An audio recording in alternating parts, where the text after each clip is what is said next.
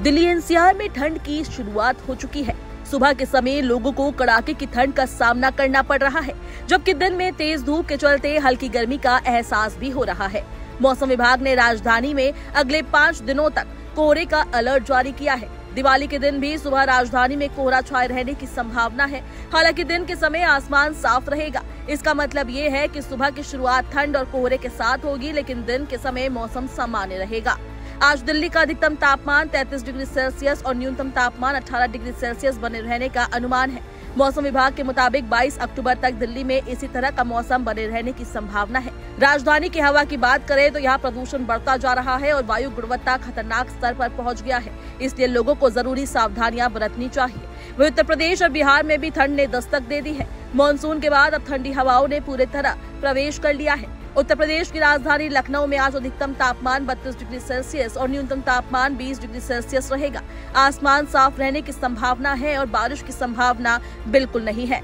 सुबह और शाम की ठंडक बढ़ सकती है, जबकि दिन में हल्की गर्मी का अनुभव होगा। मौसम विभाग ने पूरे यूपी के 75 जिलों को ग्रीन जोन में रखा है। 18 अक्टूबर तक मौसम सामान्य ही रहने का अनुमान है। इसके अलावा 19 और 20 अक्टूबर तक दिवाली के दिन भी मौसम उत्तर प्रदेश में सामान्य ही रहेगा।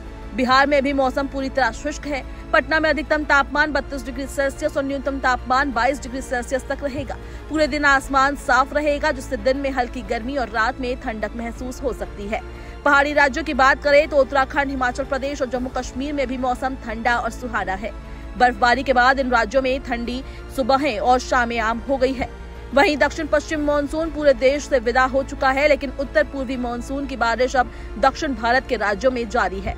तमिलनाडु, केरल, पुडुचेरी, आंध्र प्रदेश के तटीय क्षेत्र, रायलसीमा, दक्षिण आंतरिक कर्नाटक और माहे में अगले 5 दिनों तक बारिश की संभावना है।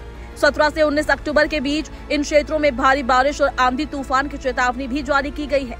दिवाली के करीब आते ही दक्षिण भारत में बारिश का डर मंडरा रहा है। IMD और स्काईमेट वेदर के अनुसार उत्तर पूर्वी मानसून सामान्य से पहले सक्रिय हो गया है। 16 अक्टूबर से तमिलनाडु, केरल, आंध्र प्रदेश और कर्नाटक में मानसून की गतिविधियां शुरू हो गई है और इस दौरान तेज हवाओं, बिजली गिरने और आंधी तूफान की संभावना बनी हुई है।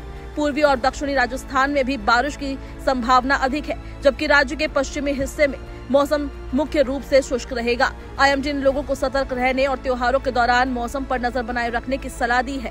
राजस्थान में अगले सप्ताह मौसम सामान्य रहेगा और बारिश की संभावना भी सामान्य से कम है। वहीं 17 अक्टूबर को दक्षिण ओडिशा में भी तेज हवाओं और बिजली गिरने के साथ आंधी तूफान का अलर्ट जारी किया गया है।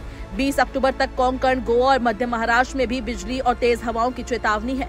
इसी अवधि में तमिलनाडु में हल्की बारिश की संभावना बनी हुई है।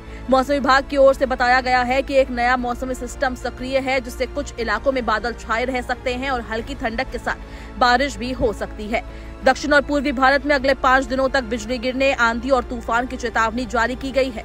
17 और 18 अक्टूबर को यनम, रायलसीमा, कर्नाटक, तमिलनाडु, केरल और माहे में भारी बारिश होने की संभावना है। दक्षिण ओडिशा और मध्य प्रदेश में भी तेज हवाओं और बिजली गिरने की चेतावनी दी गई है।